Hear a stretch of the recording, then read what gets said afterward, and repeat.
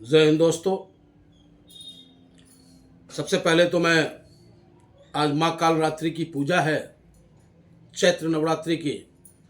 तो जय तुम देवी चामुंडे, जय भूतात्रि हारिणी, जय सर्वगति देवी कालरात्रि नमस्तुते। माँ कालरात्रि को नमन करते हुए आप समस्त भारतवासियों को, समस्त विश्व को चैत्र नवरात्रि की बहुत बहुत बधाई एवं शुभकामनाएं देता हूँ। उसके साथ साथ आज जुम्मा भी है, शुक्रवार है। हमारे अनुसार शुक्रवार है, हमारे इस्लाम धर्म के मानने वाले साथियों के लिए जुम्मा है। और जुम्मा भी बड़ा मुबारक दिन होता है हमारे मुसलमान भाइयों के लिए। तो जुम्मा की भी बहुत बहुत बधाई, बहुत बहुत मुबारकबाद। उसके साथ साथ मैं अपील करना चाहता हूं आपसे, मार्मिक अपील है मेरा, क्योंकि जिस प्रकार से मीडिया, सरकार के लोग वक्फ बोर्ड बिल को पास किया,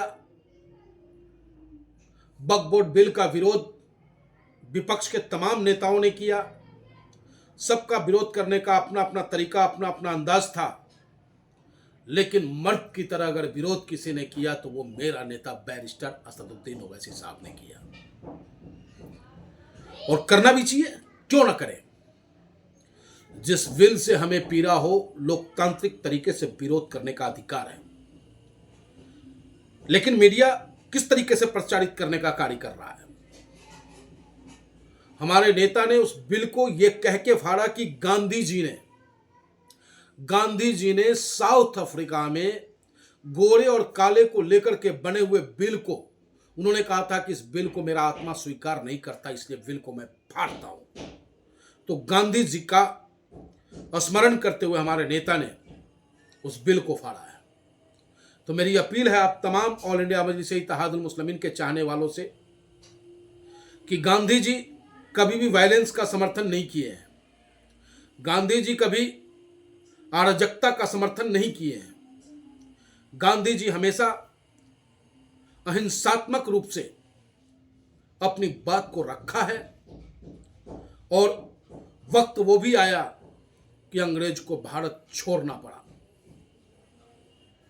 तो मेरी यही अपील है आप तमाम हिंदुस्तान के मुसलमान भाइयों से, खासकर उत्तर प्रदेश, क्योंकि उत्तर प्रदेश से मैं राजनीति करता हूं, और यह अपील मेरे पूरे हिंदुस्तान के मुसलमान भाइयों के लिए है कि मेरे दोस्त, आप नमाज पढ़ें, दुआ करें। दुआओं में बहुत ताकत होती है। कहते हैं ना, मत सताओ गरीब को, गरीब रो देगा। मत सताओ गरीब को, गरीब रो देगा। सुनेगी उसकी आवाज तो पत्थर को तोड़ देगा। तो उसकी लाठी में आवाज नहीं है, घबराने की जरूरत नहीं है आपको। हमारा नेता गांधी जी को मानने वालों में से है, बाबा साहब भीमराव अंबेडकर जी को मानने वालों में से है। हम संवैधानिक रूप से आपकी लड़ाई को लड़ने का काम करेंगे। हमारा नेता संवैधानिक रूप से आपकी लड़ाई लड़ने का कार्य करेंगे। ये पुलिस, ये सरकार चाहती है कि कुछ ऐसा हो जिससे कि ये दबोचे, कमजोर गरीब मुसलमानों को और परेशान करे ये। इसलिए हमें और आपको सतर्क रहने की आवश्यकता है। कोई ऐसा कार्य आप नहीं करेंगे, सिर्फ आप इबादत करेंगे, नमाज पढ़ेंगे और अपने घर को जाएंगे। कोई ऐसा कार्य नहीं करेंगे कि इस गोदी मीडिया को मौका मिल जाए। कोई ऐसा कार्य आप नहीं करेंगे कि पुलिस और सरकार को मौका मिल जाए कि देखो ये कानून को नहीं मान रहे हैं। अरे कानून को हम क्यों माने? नहीं, हमारे हक में नहीं, हम नहीं मानेंगे। लेकिन उसका विरोध करने का तरीका है, माननीय न्यायालय है, संवैधानिक रूप से, लोकतांत्रिक रूप से हम धरना प्रदर्शन देंगे और सरकार को झुकने पे मजबूर करने का कार्य हम ऑल इंडिया मजलिस इत्तेहादुल मुस्लिमीन के कार्यकर्ता अपने नेता बैरिस्टर असदुद्दीन ओवैसी साहब के नेतृत्व में करने का कार्य करेंगे। तो बस यही मेरी अपील है कि शांति की व्यवस्था बनी रहे, विरोधियों को मौका न मिले हमें दबाने का, हमें हमारी आवाज को कुचलने का। क्योंकि आपने और हमने सुना था कि किस तरीके से जब हमारे नेता ने बिल को फाड़ा तो देश के गृह मंत्री धमकाने के अंदाज में बात करता है कि मानना पड़ेगा। अरे क्यों मानूं? किसान ने माना आपकी बात? नहीं माना। आज तक किसी भी आंदोलन को आपने उसकी सहमति से खत्म नहीं किया। हर आंदोलन को पुलिस के दम पर कुचलने का कार्य किया है आपने।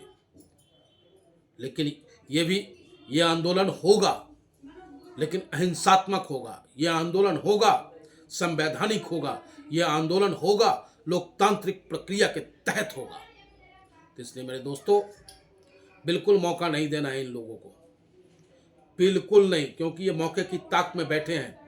ये तो दो फाड़ करने के प्रयास में शुरू से लगे हुए हैं। लेकिन हम हिंदू और मुसलमान को एक होकर रहना है। इस देश की समृद्धि के लिए दुआ करें, देश की मजबूती के लिए दुआ करें। आज टैरिफ पे कोई बात करने को तैयार नहीं है। मोदी जी का दोस्त हाउडू ट्रम्प 26% टैरिफ लगाने का कार्य किया है। कल तक जो सोना 80,000 रुपये था, 96,000 रुपये की बिकने को तैयार है। क्या गरीब अपनी बेटी की शादी में सोने का सामान दे पाएगा? यहां तो रोटी मिल जाए यही बहुत है। खुश होने वालों, ये दर्द तुम्हें भी महसूस होगा। अभी तुम्हें महसूस नहीं हो रहा है, क्योंकि तुम अंधभक्ति, गधे भक्ति में लगे पड़े हो, इसलिए तुम्हें एहसास नहीं हो रहा है। लेकिन आने वाले वक्त में हम सबको इसका दंश झेलना पड़ेगा टैरिफ का। आज शेयर बाजार बिल्कुल चौपट हो चुका है, मार्केट में कारोबार चौपट हो चुका है। लेकिन इस सरकार को सिर्फ हिंदू मुस्लिम करना है, इसके अलावा कुछ नहीं करना है। इसलिए इन्हें कोई मौका नहीं देना है।